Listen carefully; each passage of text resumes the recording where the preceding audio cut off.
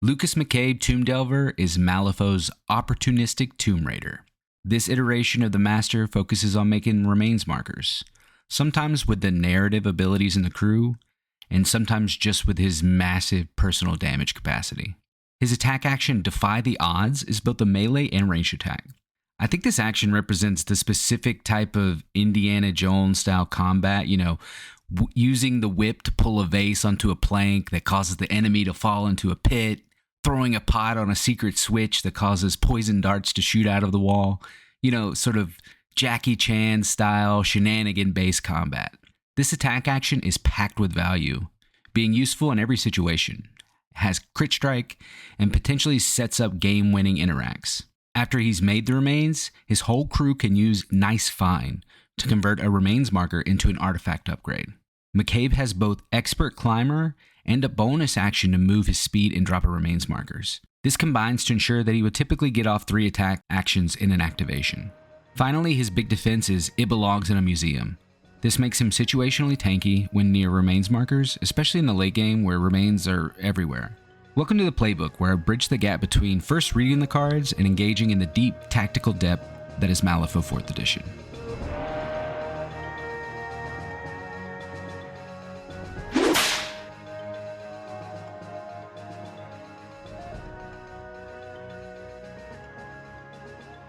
McCabe has a very deep keyword. You can't really go wrong when hiring a lot of the models in his crew, but for my first play, I'll be using the following list. You got Lucas the Tomb Delver and his 2 Cryptologists, his totem.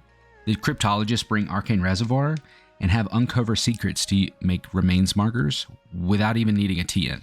Next I have Severe, a versatile damaging model with both a strong melee and range attack. He also has range marker removal in his Mortar Strike signature action, which is something that's in short supply this edition. Alleyway Echo, a slippery and fast beater that can be a great distraction with combat finesse. Desper Leroux, a fast schemer and support model. 2 Rough Riders, self-sufficient schemers with great potential in killing other schemers with its long-range gun. And 2 Hucksters. These are like stupid cheap models that both scheme, drop corpses, or remains markers, and even have situational damage capacity. Alright, so play 1 is the excavation. We're calling it this because one of our primary goals in turn 1 is to get both the Echo and Sadir in a position where they'll be sort of lording over the map with their potential. And then also getting out as many upgrades as possible. So throwing out all the remains we can and loading up our crew. So let's talk about the upgrades, which is sort of a signature part of Lucas. We get the Time Worm Blade. My favorite thing about this upgrade is the ability to pitch it and reduce damage by 2. So I'm typically putting this on my most valuable pieces. I want them to stay around longer, do more valuable actions. Phantasmal Mask. My favorite thing on this is the Protective Spirits signature action, which lets you heal models. It is very good on the Hucksters who do not have a signature action, so now you're giving them a signature action that lets them heal. And then the Tarnished Mirror.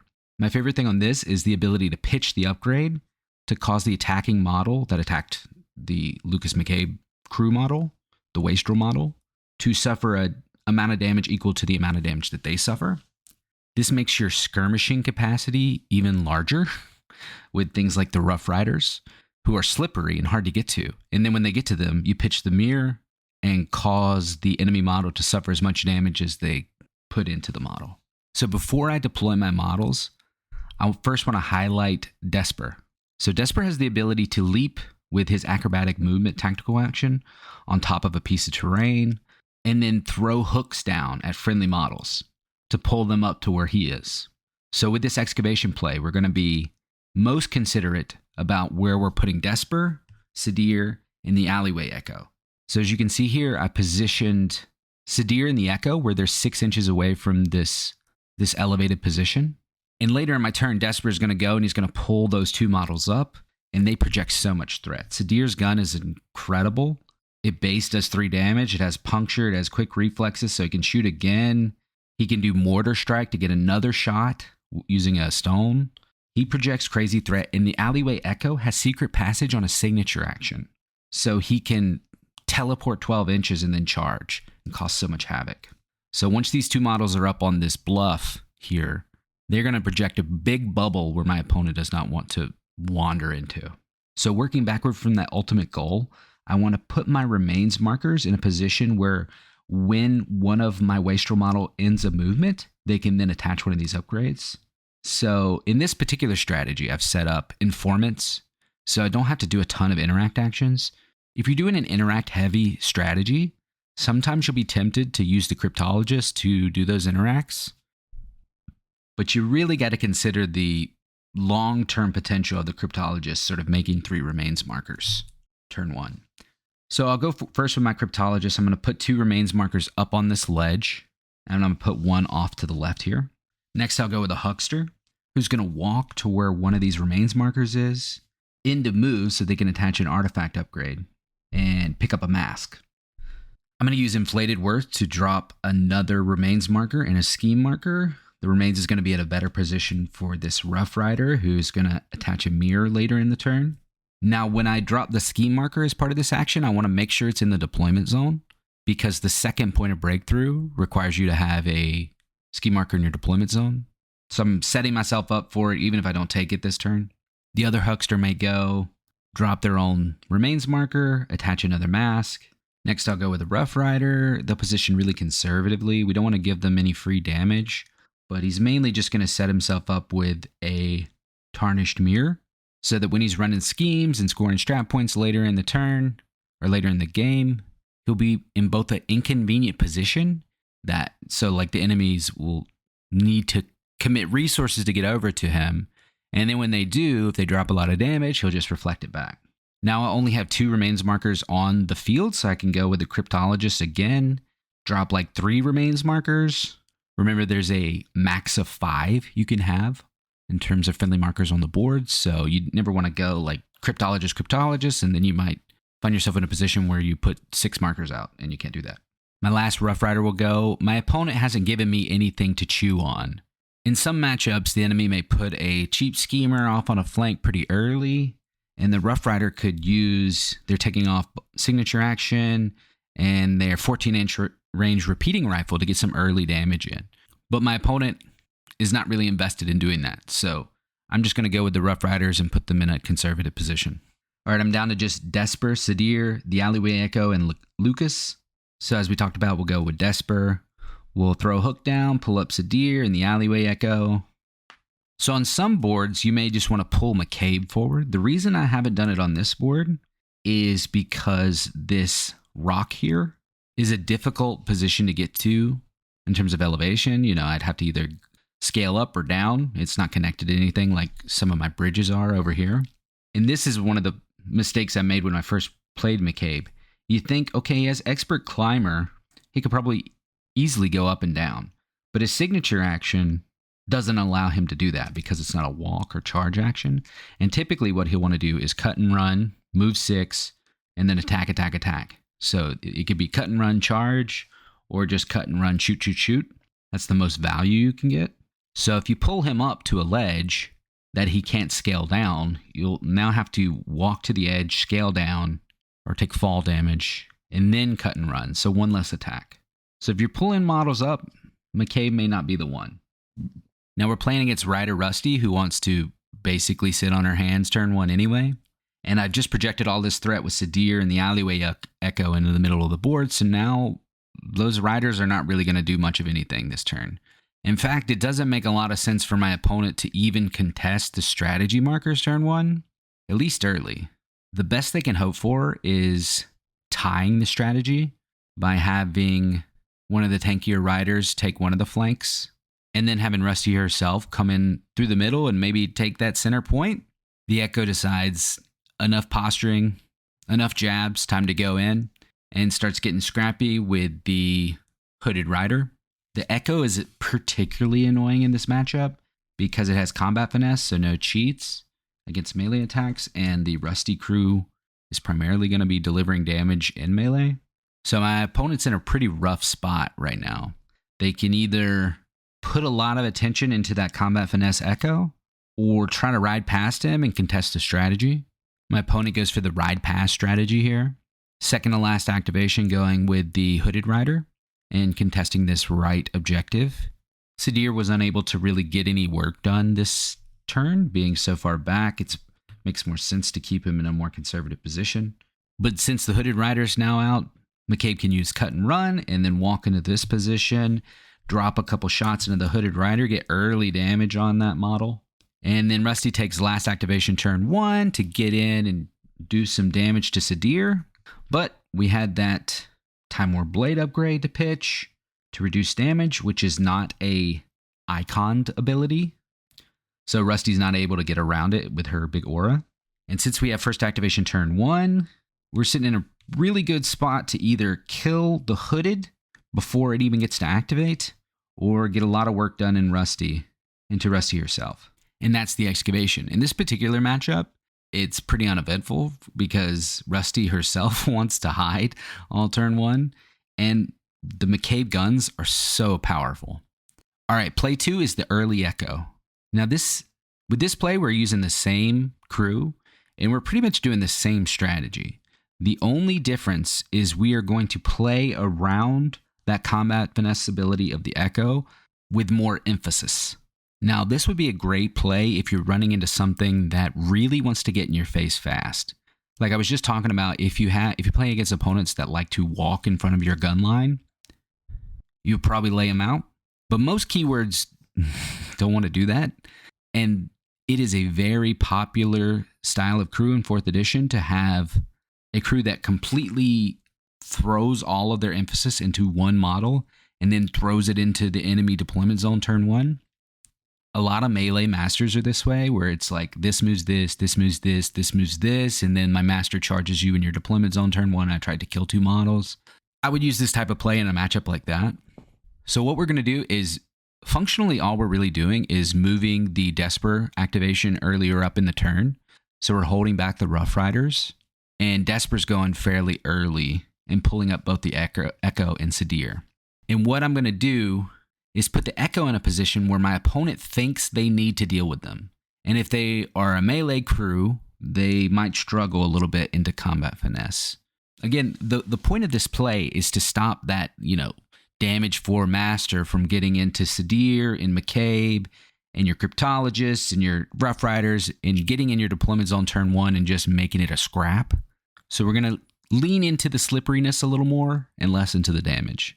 So after I pull up the Echo, again, I haven't gone with Sadir, I haven't gone with McCabe, I haven't gone with both Rough Riders.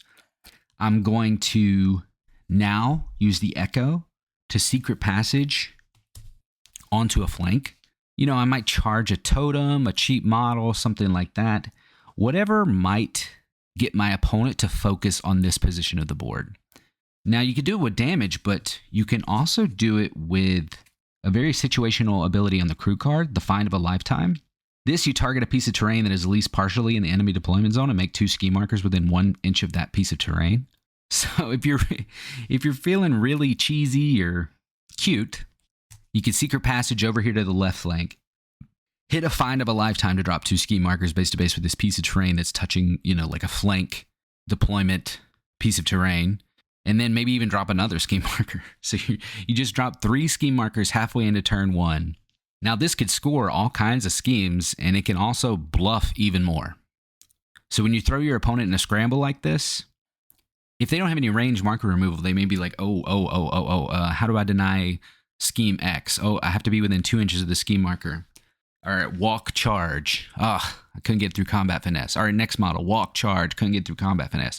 Let me drop this 13, trying to move him away from that. Or you could even bluff something like detonate charges or any of the scheme marker strategies where enemy models being near them is what you actually wanted. But really what we're trying to do is we're trying to focus the enemy go, if you will, the enemy beatdown, the enemy combo in a position of the board that is going to force more walk actions to sort of transition that combo into points. Basically what I'm saying is if they did that combo in your deployment zone or the center of the board, it's much easier to transition whatever attrition advantage they get from that into actual points. But if they do it over here, then it's much harder to transition that combo.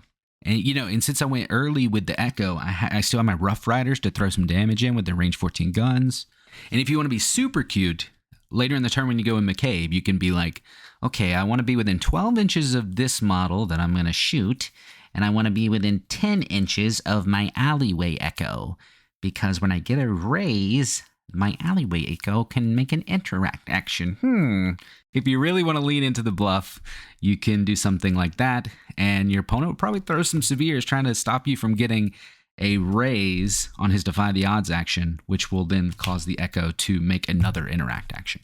So with some luck and some cunning, hopefully next turn, all of your models are just standing and scoring points and taking attack actions, while the enemy models are walking away from the Echo's corpse trying to get back into the game. And play 3 is the Forgery Factory. For this play, we're going to drop our Rough Riders, and we're going to drop Desper, and we're adding 3 Ruffians and that 3rd Huckster. Now this play basically just leans into 2 abilities. The Ruffians have this ability, Hand of Greed, where you target a remains marker and then place in base contact with the target. You then draw a card and remove the target. This whole play, we're just going to drop remains markers and farm cards. For those of you who really love farming a hand, this is a great game plan for you. Now, the reason for the 3rd Huckster is we're also going to be leaning into this ability, Sales Pitch. This this attack action deals +1 damage for each ally within 2 of the target to a maximum of +2. So with the Ruffians, what we're going to be doing is we're going to be dropping remains markers as much as we can. We're going to get some upgrades out, but we may not even get full upgrades out. We may just get our blades on our most valuable models and our mask on our Hucksters. But the mirrors, we may put them on the Ruffians, any Ruffians that are going to be going off on flanks. But the ones that are going to be staying home and farming cards, we're just going to not focus too much on the artifacts. The reason being, if you have this huge factory standing in the middle of your deployment zone and your opponent goes in, they just won't attack the one that has an artifact. They'll attack the other one. So with this whole play, we're basically just going to deploy our entire crew in one position and farm cards. And then if your opponent goes into this farm, into this factory, they will then be dealing with 4-cost models that have a spell that does 4 damage. It has good triggers too. Like Hard Bargain, you can effectively get a card. Even if you don't draw the card as part of the trigger, you're taking a high card out of your opponent's deck and a low card out of yours. So basically with this play, you're going to be using the Ruffians chain gang action to move your entire crew forward. So with this play, you can think how many artifacts you want out and then work your way backwards from that. So say the Cryptologists, both of them put 3 remains out a piece, and each Huckster puts out 1 apiece. So you get 9 remains to work with. On turn 1, we want the mask. We want 2 masks out on each Huckster because that Protective Spirits ability gets even more value when you're in this bubble, because now you can heal 2 on all allies within a 4-inch bubble. And you probably want 2 blades out, 1 on Sadir, 1 on Lucas, and maybe a mirror on the Alleyway Echo.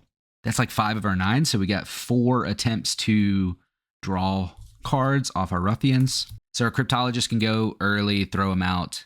Then a Ruffian can go chain gang, maybe McCabe, get him to a position where he picks up a blade off a remains marker, and then Hand of Greed's a couple of the other 2 remains markers. The other Cryptologist goes effectively do the same thing with a different Ruffian, but maybe with Sadir this time. The Hucksters can drop their remains markers and just use them to pick up their own masks. And before you've activated your most valuable damaging abilities, your opponent is going to be in a pretty weird position where you have loaded up your entire crew, you've sculpted your hand, and you have this huge bubble of wastrels that they could try to go into. And if they do so, they're just going to get mulched through. The few times I've played this strategy, I've been very surprised by the amount of damage I could put out. Something will go in and try and kill a Cryptologist, a couple Ruffians, whatever, do some damage into McCabe. If they don't kill you, you heal like crazy, and then your Hucksters go and they go 4 damage, 4 damage, 4 damage. This is a very good play if you know the center of the board is going to be the only relevant space. So even with strategies like Recover Evidence, you may be bringing a lot of evidence markers for your opponent to potentially pick up. You have so much AP just to pick those markers up, and you don't really need to leave the bubble to wade through the enemy crew. So that's 3 plays for Lucas McCabe, Tomb Delver. If you have a play, tip, trick, or tech to beat this master, please share it down in the comments. If you want these episodes a week early, consider joining my Patreon. I have a grand plan to go through every master in the game, and I got a lot of Buy You to buy. And it's called Buy You, Not Buy Me.